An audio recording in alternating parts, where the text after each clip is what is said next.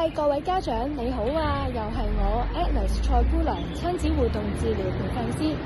咁你今日又想同大家講下咧，呢一個咧小朋友喺遊樂場嘅時候唔捨得走喎。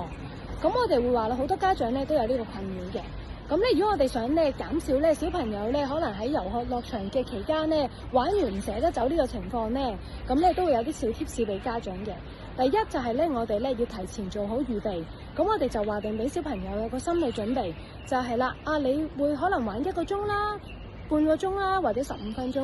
咁我哋預先咧話定俾佢聽。第二樣嘢就係咧，當可能係遊戲結束前咧，我哋就要咧話俾佢聽幾耐咧，就要提醒佢要走嘅，免得咧佢哋咧玩到忘咗形。例如你同佢預備咗可能你玩1個鐘嘅，咁我哋就會可能早喺30分鐘就會提一提佢，30分鐘後我哋就會走啦，跟住就15分鐘、5分鐘再提一次佢。咁例如你話我係玩半個鐘嘅，咁我哋咧就去到15分鐘啦、10分鐘、5分鐘就提一提小朋友，咁咧就讓小朋友有個心理準備。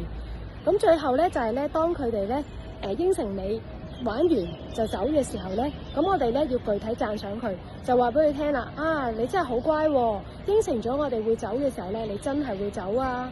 咁咧呢個咧就係咧令到爸爸媽媽下次咧可以咧多啲帶你落嚟玩公園嘅時間啦。咁希望呢一個嘅管教貼士咧可以幫助到家長啦。我哋下次再見，拜拜。